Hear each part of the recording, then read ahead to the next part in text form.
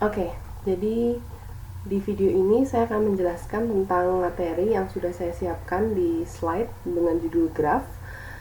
Ini ada watermarknya karena saya pakai yang free ya, jadi nggak apa-apa ya, kita pakai yang ini aja supaya at least saya bisa jelaskan sedikit tentang graph yang ada di slide. Oke, yang pertama kita akan mempelajari tentang graph tak berarah. Graph itu adalah suatu visualisasi objek yang memuat suatu informasi tertentu. Jadi informasinya itu bisa bermacam-macam. Nah, di sini suatu graph itu terdiri dari dua himpunan tak kosong, yaitu himpunan titik atau vertices yang biasa disebut VG dan himpunan garis atau edges yang disebut EG. Jadi G itu dari grafnya, V itu adalah himpunan vertexnya atau himpunan titik, E adalah himpunan edge-nya atau garis. Dapat dikatakan bahwa graf itu merupakan kumpulan titik dan garis. Jadi isinya dalam suatu graf itu adalah titik dan garis. Titik di sini melambangkan objek, sedangkan garis menggambarkan hubungan antar objek. Jadi di sini visualisasi objek yang informasinya apa? Antara lain kita tahu ada berapa tempat, ada berapa objek yang kita hubungkan. Lalu hubungan antar objek itu gimana? Bisa jadi objek A punya hubungan dengan objek B, tapi dia nggak punya hubungan dengan objek C dan D. Sedangkan objek B punya hubungan dengan C dan D, kayak gitu. Jadi bisa bermacam-macam hubungannya. Lalu hubungan itu bisa apa? Bisa jarak, bisa waktu, bisa bermacam-macam. Nanti kita akan pakai aplikasinya lebih lanjut di bab selanjutnya. Nah, di sini saya punya contoh. Kita punya stasiun kereta, titik, dengan rel kereta sebagai garisnya. Jadi misalkan kita punya beberapa stasiun kereta, lalu garis itu melambangkan adanya rel kereta dari satu stasiun ke stasiun yang lain, kayak gitu. Itu yang paling simpel atau paling gampang. Lalu di sini saya punya beberapa istilah-istilah dalam graf. Saya bentuk dalam tabel. Akan saya jelaskan dengan menggunakan suatu gambar. Saya punya graf ini. Yang disebut vertex itu adalah titik. Jadi vertex itu istilahnya bahasa Inggrisnya, bahasa Indonesianya adalah titik, simpul atau node. Yang merupakan titik ada 3 ini. Jadi ada 3 yang di atas ini, yang di kiri, dan yang di kanan ini. Jadi ada 3 vertex. Lalu untuk edge itu adalah garis dalam graf ini. Di sini saya hanya panah 2. Ini garis. Di sini ini juga garis. Ini garis. Yang di bawah ini juga garis atau edge. Yang di sini juga edge. Biasanya disebut garis atau sisi, ya kayak gitu, semacam itu. Lalu selanjutnya order atau jumlah titik. Jadi order adalah jumlah titik dalam graf, sedangkan size adalah jumlah garis dalam graf. Pada graf ini dia berorder 3 karena ada 3 titik, ada 3 vertex. Sedangkan size-nya ada 5. Jadi ada 1, 2, 3, 4, 5. Jadi masing-masing garis dihitung 1, kayak gitu.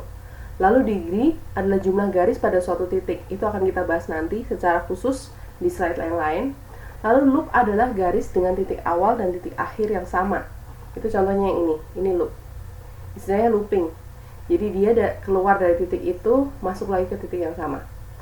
Lalu parallel edges itu 2 garis yang menghubungkan 2 titik yang sama. Bisa 2, bisa 3, bisa 4. Jadi bisa lebih dari 2. Yang penting dia nggak satu, itu udah disebut parallel edges. Itu contohnya di sini ada ini. Ini parallel edges-nya. Dia menghubungkan titik yang kiri ini dengan titik yang kanan ini, sama. Oke, sekarang kita lanjutkan dengan istilah yang dinamakan graf sederhana atau simple graph. Graf sederhana adalah graf yang tidak mempunyai loop atau dan parallel edges. Tadi kita punya graf ini, dia bukan graf sederhana. Kenapa? Karena di sini ada loop. Ada loop, lalu ada parallel edges di sini. Nah, contoh graf sederhana dari graf yang di samping ini adalah ini. Jadi kita hilangkan loopnya, kita hilangkan parallel edges-nya, kita ganti dengan satu edge atau satu garis. Nah, di sini ini adalah graf sederhana, kayak gitu. Jadi nggak ada looping, nggak ada parallel edge. Selanjutnya kita akan bahas beberapa graf khusus. Yang pertama adalah graf lengkap atau complete graph. Di sini graf lengkap atau complete graph biasa dilambangkan dengan KN. Itu adalah graf sederhana dengan N titik, di mana setiap 2 titik dihubungkan dengan satu garis. Contohnya graf yang tadi. Graf yang tadi adalah K3. Jadi ada 3 titik dan ada garis di setiap titiknya. Jadi setiap 2 titik ada satu garis.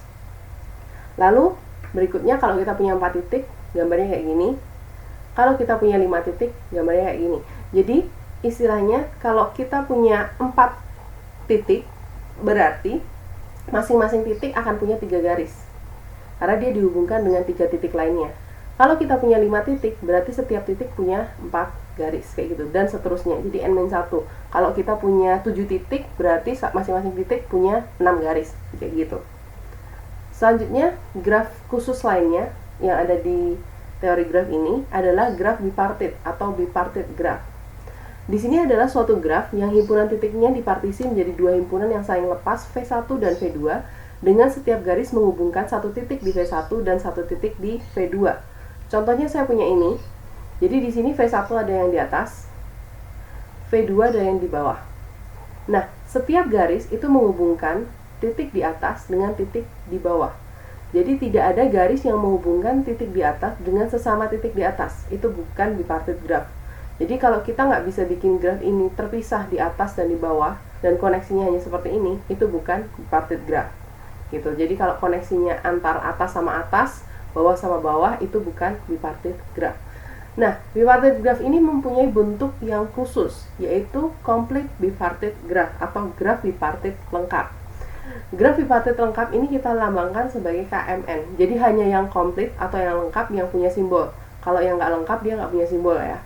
Di sini KMN adalah suatu graf bipartite dengan setiap titik di V1 dihubungkan dengan setiap titik oleh setiap garis dengan setiap titik di V2. Contoh kita punya graf yang tadi, 3 titik di atas, 3 titik di bawah, 4 titik di bawah. Jadi di sini setiap satu titik di atas punya hubungan dengan keempat titik yang ada di bawah. Istilahnya, kalau di atas ada 3 titik, di bawah ada 4, berarti masing-masing titik yang di atas punya 4 garis, dan masing-masing titik yang di bawah punya 3 garis, karena ke atas, kayak gitu. Nah, graf ini, graf yang ada di layar ini merupakan graf 3,4, karena di atas ada 3 titik, dan di bawah ada 4 titik. Mau dibalik, mau tulis K43 juga nggak masalah, bentuknya sama. Yang selanjutnya adalah graf komplement. Jadi, kalau kita punya graf, kita bisa bikin komplementnya. Untuk cara pembuatannya graf komplement nanti akan saya jelaskan lebih lanjut di video terpisah. Untuk ini kita bahas dulu apa yang dimaksud dengan graf komplement. Komplement dari suatu graf G itu dinotasikan sebagai G capping. Jadi ada cappingnya di atas dengan N titik adalah suatu graf dengan yang pertama jumlah titiknya itu sama dengan yang jumlah titik yang ada pada graf G. Jadi V dari G capping itu sama dengan V dari G. Jadi himpunan titiknya sama. Garis yang ada pada G komplement itu tidak sama dengan garis yang ada pada G. Jadi garisnya itu tidak sama satupun dari komplement dengan graf aslinya. Titik-titik yang dihubungkan oleh garis di G tidak terhubung di G aksen, G komplement atau G capping. Dan sebaliknya. Misalkan kita punya graf G kayak gini. Ini graf G. Nah, di sini graf G komplement berarti dia tidak akan punya garis ini, garis ini, garis ini, dan garis ini. Tapi dia akan menghubungkan titik ini, misalnya tidak terhubung dengan titik ini, berarti dia akan terhubung. Bentuknya seperti ini. Jadi di sini dari titik ini ke ini nggak ada garis, nggak ada garis, nggak ada garis. Di sini juga nggak ada garis, kayak gitu. Itu untuk membuat komplement. Lalu selanjutnya kita punya subgraf. Jadi suatu graf H itu dikatakan subgraf dari graf G jika dan hanya jika yang pertama untuk himpunan titiknya. Himpunan titik di H itu merupakan subset dari himpunan titik di G. Jadi misalnya G itu punya 5 titik, H itu punya 3 titik yang merupakan 3 titik dari graf G, kayak gitu. Lalu selanjutnya himpunan garis dari H merupakan subset himpunan dari garis G. Atau kita tuliskan EH itu subset dari EG. Jadi titiknya itu merupakan subset, himpunan titiknya, himpunan garisnya juga merupakan subset. Lalu setiap garis dalam H memiliki titik ujung yang sama dengan setiap garis dalam G. Nah, contohnya kayak gini, kita punya G dan kita punya H. Jadi di sini ada titik ini, kita ambil titik ini dan titik ini, jadi graf ini. Lalu kita ambil garis yang di sini, garis yang di sini, dan di sini. Jadi kayak gini. Nah, misalkan gimana kalau misalnya saya ambil titik yang ini juga, titik di sini. Lalu kita garis kayak gini. Itu nggak boleh. Karena garis itu tidak ada di G, kayak gitu. Jadi harus subsetnya. Jadi harus kita ambil garis dan titik yang ada di G, kayak gitu. Itu untuk subgraph. Selanjutnya, saya akan jelaskan tentang derajat atau degree yang tadi saya lewati waktu saya jelaskan istilah-istilah dalam graf. Jadi misalkan V adalah suatu titik dalam graf G, derajat dari titik V atau degree V itu adalah jumlah garis yang masuk ataupun keluar dari titik V. Suatu garis loop itu dihitung 2 kali. Contoh saya punya graf ini. Ini graf yang bukan graf sederhana, jadi ada looping, ada parallel edges. Sekarang saya kasih nama U1, U2, dan U3. Lalu graf kedua, graf sederhana yang tadi, saya namakan titiknya V1, V2, dan V3. Ini adalah degree-nya. Jadi U1 itu punya 2 garis, ya kan? Berarti degree-nya 2. U2 ada 1, 2, 3, 4, 5. Jadi ada 5 garis. Sedangkan O3 ada 1, 2, 3. Jadi ada 3 garis. Sedangkan untuk yang graf ini, karena masing-masing ada 2 garis, karena ini kan K3, jadi kan masing-masing titik ada 3 titik, jadi masing-masing titik degree-nya ada 3 dikurangi 1, yaitu 2. Kayak gini. Kayak gitu. Jadi kita hitung jumlah garis yang masuk atau keluar, istilahnya ada berapa garis sih yang connect di titik itu, kayak gitu. Lanjut. Walk atau path. Di sini misalkan kita punya V0 dan Vn adalah 2 titik dalam suatu graf G. Suatu walk dari V0 ke Vn dengan panjang n adalah barisan bergantian n plus 1 titik. Jadi jumlah titiknya ada n plus 1 dan n garis yang dimulai dari titik V0 dan berakhir di titik Vn. Sedangkan suatu path dari V ke W itu adalah suatu walk dengan tidak ada titik yang diulang. Jadi kalau walk itu boleh ngulang titik, kalau path itu nggak boleh ngulang titik, kayak gitu. Misalkan saya punya graf ini. Ini contoh dari graf komplement yang tadi. Lalu saya ambil walk kayak gini. Dari V1 saya ke V5, lalu ke V2, ke V3, ke V4, ke V2, lalu ke V5. Itu boleh. Karena dia walk. Kita mau ngulang kayak apapun boleh. Jadi di sini panjangnya adalah 1, 2, 3, 4, 5, 6. Jadi di sini adalah path dengan panjang walk dengan panjang 6. Kalau kita ambil path-nya, misalkan saya hanya ambil kayak gini. Jadi dari V1 ke V5, V2, V3, V4. Jadi kita tidak balik lagi ke V2 karena semua udah. Dan di sini berarti path-nya itu panjangnya adalah 4. Jadi ini ke sini 1, 2, 3, 4. Kayak gitu untuk path. Selanjutnya ke sirkuit dan cycle. Yang disebut sirkuit adalah suatu walk dengan panjang tak nol dari V ke V dengan tidak ada garis yang diulang. Jadi di sini kalau sirkuit itu kita kayak walk tapi dia balik lagi ke titik awalnya. Jadi kalau walk tadi kan kita nggak harus balik ke titik awal. Jadi kalau kita mulai dari V1, kita nggak harus balik lagi ke V1, nggak masalah. Kalau sirkuit itu harus balik lagi ke titik yang awal, tapi tidak boleh ada garis yang diulang. Lalu, suatu cycle itu adalah sirkuit dengan tidak ada titik yang diulang kecuali titik awal dengan titik akhir. Jadi kalau sirkuit itu boleh ngulang titik, seperti kayak walk, tapi kalau cycle itu nggak boleh ngulang titik. Garisnya juga tidak boleh diulang. Contoh saya punya ini. Ini kayaknya contoh sirkuit saya rada salah, mohon dimaafkan. Pokoknya sirkuit itu konsepnya nggak boleh ngurang garis. Di sini saya ambil V2, V5, V3, V2 lagi, V4, V3, V2. Oh ya, saya ngulang V3, V2 ya. Di sini itu harusnya nggak boleh ya. Jadi harus mungkin pakai graf lain. Di sini harusnya grafnya nggak punya sirkuit berarti sebenarnya. Jadi di sini intinya adalah sirkuit itu tidak boleh mengulang garis yang udah ada. Jadi di sini contoh sirkuitnya salah ya. Konsepnya kayak gitu. Nanti saya kasih rangkumannya di akhir. Lalu untuk cycle, di sini cycle itu saya ambil ada 2. Ada V2 ke V5 ke V3 lalu ke V2. Atau cycle kedua adalah dari V2 ke V4 ke V3 balik lagi ke V2. Kayak gitu. Itu cycle-nya. Nah, kalau panjang cycle itu kita tinggal hitung, sama kayak tadi, jumlah garisnya. Jadi dari V2 ke V4 ada satu garis, dari V4 ke V3 ada satu garis, dari V3 ke V2 ada satu garis. Jadi ini cycle dengan panjang 3, kayak gitu. Nah, di sini saya kasih rangkumannya. Jadi trail itu hampir mirip sama walk. Jadi ini saya rangkum karena di kelas lain ada yang bertanya perbedaannya terus. Jadi saya rangkum sekalian kayak gini.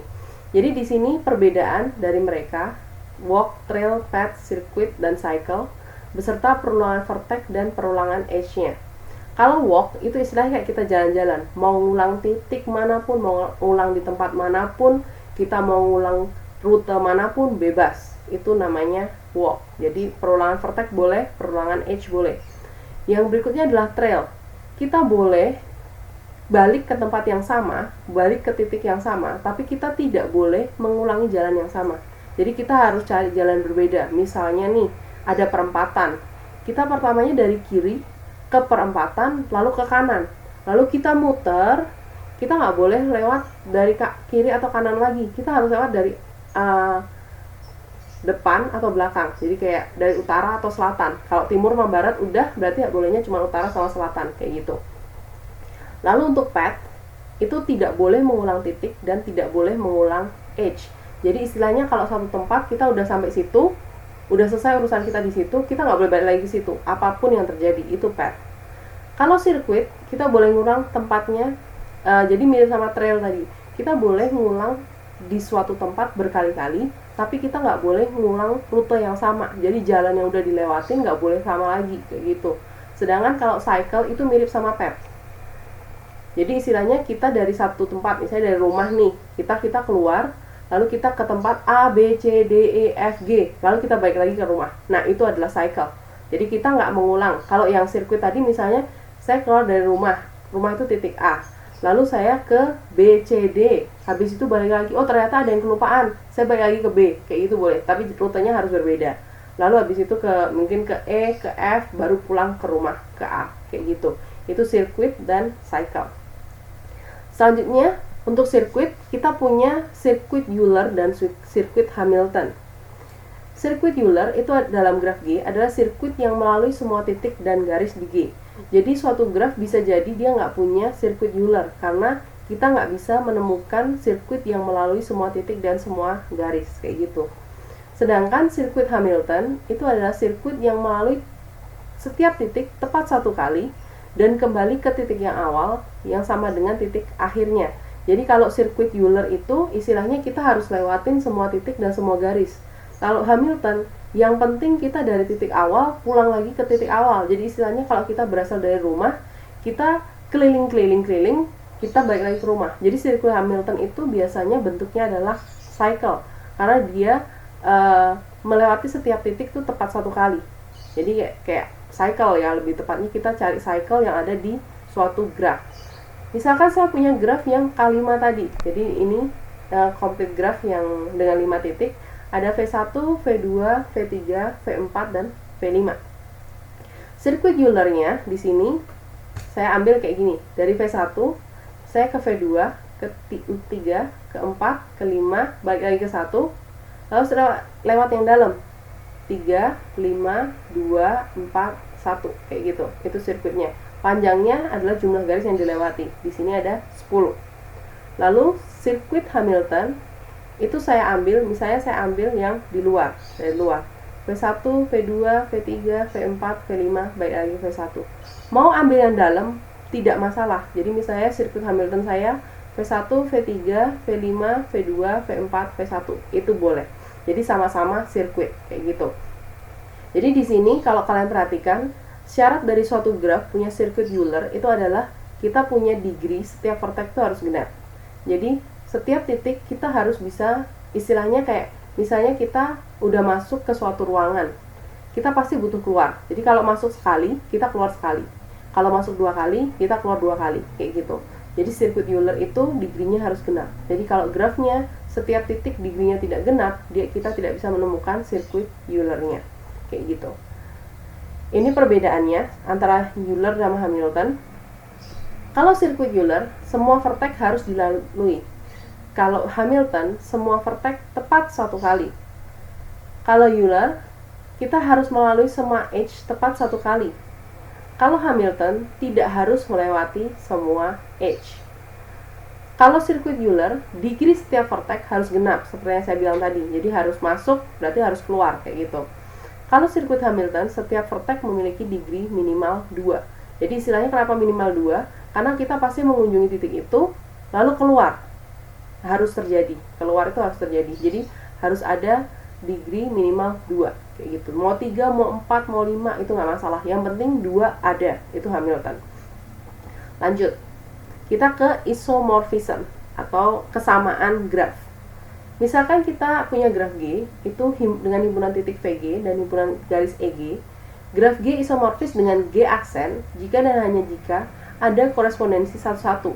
Jadi istilahnya setiap titik di graf G itu bisa dipetakan ke setiap titik di graf G aksen. Begitu juga dengan garisnya. Sehingga setiap vertex di VG dan setiap garis di EG itu adalah vertex di VG aksen dan garis di EG aksen. Saya kasih contoh paling gampang, ini G-nya. Ada G1 dan G2. Di sini G1 dan G2 itu terlihat berbeda. Bentuknya sepertinya berbeda. Tapi pada dasarnya dua graf ini itu sama atau isomorfis. Di sini U1 itu sama dengan V1. Jadi V1 punya degree 3, U1 juga punya degree 3. Lalu di sini U2 itu sama dengan V3. Jadi di sini U2 itu degree 3 lainnya, degree 3 lainnya ada di V3, kayak gitu. Lalu U3 itu sama dengan V2. Jadi U3 ini kan degree 2, dia connect ke U1 sama U2. V2 itu degree-nya 2, connect ke V1 dan V3. Begitu pula dengan V4, V5 dan U4 dan U5 dan seterusnya. Gitu. Lanjut ke graf berarah. Jadi selain graf yang tidak berarah, kita punya graf berarah. Graf berarah itu apa? Jadi kalau suatu di graf G itu terdiri dari himpunan titik, sama. Himpunan garis, sama. Lalu ini ada fungsi, nama fungsinya saya lupa ini apa bacanya. Jadi fungsi ini memetakan setiap garis dari E itu ke dalam suatu pasangan berurutan titik. Jadi istilahnya dari titik A ke titik B, lalu titik B ke titik C, dari C nggak ada yang ke A, kayak gitu. Jumlah garis yang keluar dari titik VI itu disebut derajat keluar atau out degree. Sedangkan jumlah garis yang masuk atau menuju titik VI itu disebut in degree. Sedangkan kita punya titik terasing atau isolated vertex adalah titik yang tidak mempunyai garis. Jadi kita punya isolated vertex. Nah, di sini graf berarah atau di graf itu juga punya path dan sirkuit yang berarah. Misalkan saya punya graf kayak gini. Saya ambil titik A. Titik A itu punya satu garis masuk. Lalu satu loop ini juga satu garis masuk. Jadi in degree-nya ada 2. Lalu untuk out-nya, di sini dia keluar ke B, keluar ke C, dan keluar ke D. Serta jangan lupa dia keluar untuk menuju ke dirinya sendiri. Berarti out degree-nya ada 4. Jadi kayak gitu. Jadi masing-masing titik bisa dicek. Nanti di video berikutnya saya rincikan lebih lanjut in degree dan out degree untuk masing-masing vertex. Sedangkan untuk path berarah, kita misalnya saya mau ambil dari A. A itu bisa keluar kemana saja. Misalkan saya pilih ke B. Lalu dari B, oh ternyata B cuma bisa keluar ke D. Berarti kita keluar ke D. Lalu D itu bisanya cuma ke C. Berarti kita ke C. Jadi harus ada panahnya baru kita bisa menentukan rute kita. Jadi istilahnya kalau tadi kita jalan-jalan terserah nih. Selama ada garisnya, selama ada jalannya kita boleh lewat. Kalau ini enggak. Kalau jalannya satu arah, kita nggak boleh, ini tuh bayangin aja, ini tuh kayak jalan satu arah. Satu panah ini tuh jalan satu arah. Jadi kalau kita udah lewat satu arah ke sana, kita nggak boleh putar balik dengan arah yang berlawanan. Sedangkan kalau yang bentuknya parallel edges kayak gini, ini tuh jalan dua arah. Jadi dari B boleh ke D, dari D juga boleh balik lagi ke B, kayak gitu. Jadi kayak kita mau dari perempatan A ke perempatan B, terus dari perempatan B ke perempatan A lagi boleh, kayak gitu. Itu kalau jalannya dua arah. Lalu ini pet berarah. Untuk sirkuit berarah saya ambil misalkan dari A, saya ambil ke D, lalu ke B, balik lagi ke D, lalu ke C, lalu ke A. Itu sirkuitnya. Jadi kita lalui semua garisnya bebas, asalkan ada panahnya, ada jalannya, boleh diizinkan. Selanjutnya untuk representasi graf dalam matriks. Ini untuk graf yang graf sederhana dulu. Jadi bukan graf sederhana, jadi graf tak berarah dulu. Di sini ada 3 representasinya: matriks hubung, matriks biner, dan matriks sirkuit. Kita mulai dari yang pertama dulu, matriks hubung. Misalkan graf adalah graf tak berarah dengan titik V1, V2, V3 sampai Vn. Jadi ada n titik. Lalu matriks hubung graf G adalah matriks AIJ, di mana AIJ adalah jumlah garis yang menghubungkan titik VI ke titik VJ.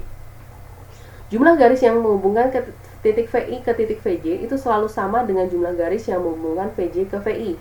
Maka matriks hubung itu selalu merupakan matriks yang simetris. Contoh, saya punya graf seperti ini. Kita buat matriksnya hubung seperti ini. Nah, V1 itu ada garis ke V2, V3, dan ke V4. Makanya ini ada 1, 1, 1. Dia nggak ada looping, berarti ke dirinya sendiri 0. V2 itu connect ke V1 dan V4. Jadi 1, 1. Sisanya 0. Sama V3 juga ke V1 dan V4. Berarti satunya di sini dan di sini, sisanya 0. V4 ke V1, V2, dan V3. Berarti 1, 1, 1. Ke dirinya sendiri 0. Lalu selanjutnya kalau kita punya looping, ini saya pakai graf berarah tadi, saya hilangkan arahnya. Bentuknya jadi seperti ini. Jadi V1 itu ke dirinya sendiri ada 1, berarti di dirinya ada 1 di sini, ada 1 garis. Ke V2 ada 1 garis, ada V2. Ke V3 ada 2 garis, berarti ini 2. Ke V4 ada 1. Jadi kita masukkan jumlah garisnya. Jadi isinya dari matriks ini bukan cuma 0 sama 1. Kalau misalnya ada looping, berarti diagonal utamanya nggak 0, ada 1. Kalau misalnya ada parallel edge, berarti di sini angkanya adalah jumlah edge-nya, berapa edge yang menghubungkan, kayak gitu. Nah, di sini kalau kalian perhatikan, kita ambil diagonal utama, matriks ini simetris. Nah, itu syarat dari matriks hubung untuk graf tak berarah. Jadi matriksnya pasti simetris kayak gitu. Selanjutnya kita ke matriks biner. Nah, kalau matriks biner ini benar-benar isinya cuma 0 sama 1. Nggak ada angka lainnya kayak gitu.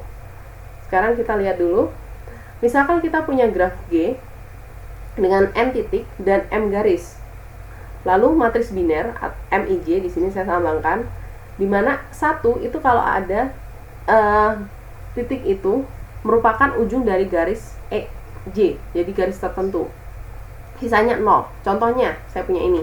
Graf yang sama, sekarang saya kasih nama garisnya. Lalu matriksnya kayak gini. Gimana cara bikinnya? Jadi di sini kita lihat mulai dari E1. Jadi kita lihatnya per edge. E1 itu menghubungkan V1 dan V2.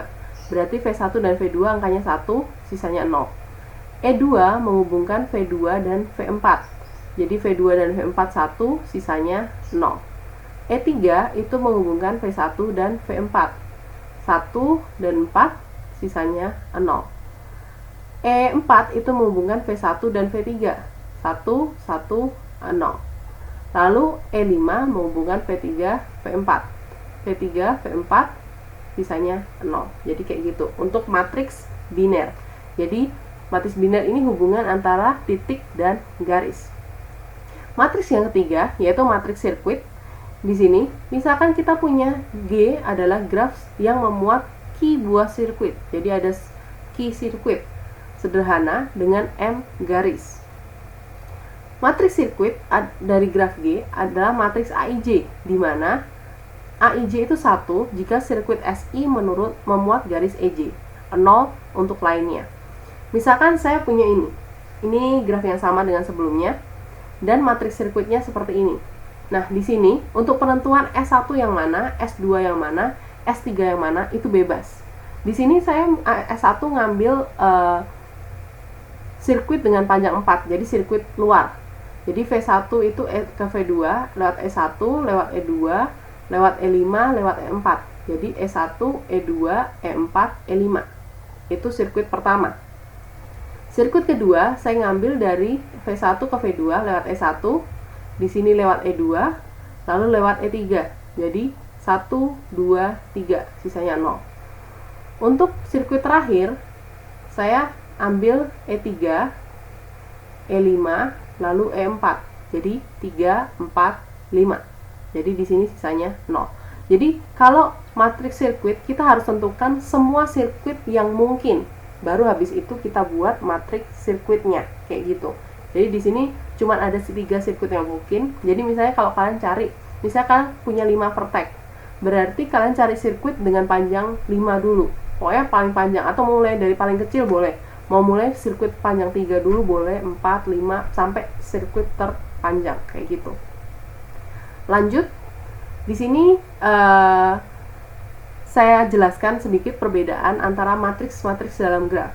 Jadi di sini kita punya matriks hubung, matriks biner, dan matriks sirkuit. Ini di barisnya dan di kolomnya itu apa? Jadi matriks hubung itu hubungan antara vertex dan vertex. Jadi barisnya adalah vertex, kolomnya juga vertex.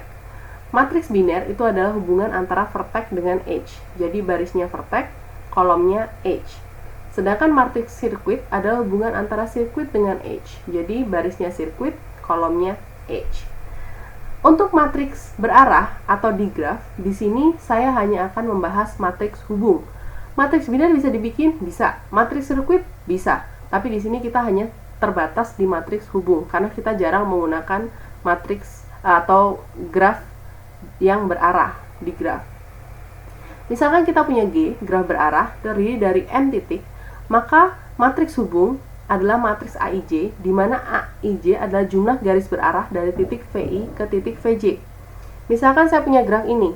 Nah, sebelum kita buat matriksnya, saya bikin tabel yang bernama tabel asal dan akhir. Jadi asal ini adalah titik asalnya, akhir ini titik akhirnya dari setiap garis dari A. A, seperti yang saya bilang tadi, dia looping ke dirinya sendiri, menuju ke B, menuju ke C, dan menuju ke D. Jadi titik akhirnya A, B, C, D. Sedangkan B, itu hanya keluar ke D. Jadi titik akhirnya hanya D. Untuk titik C, itu kita keluar ke A, juga keluar ke B. Jadi di sini titik akhirnya hanya AB. Untuk yang D, terakhir, itu dia ke B iya, ke C iya, ke D juga iya, ke A enggak, berarti cuman B, C, D. Nah, setelah kita dapat tabel ini, baru kita bikin matriks hubungnya. Seperti ini. Kalau titik A itu ke A, B, C, D, berarti A, B, C, D nilainya 1, kayak gitu.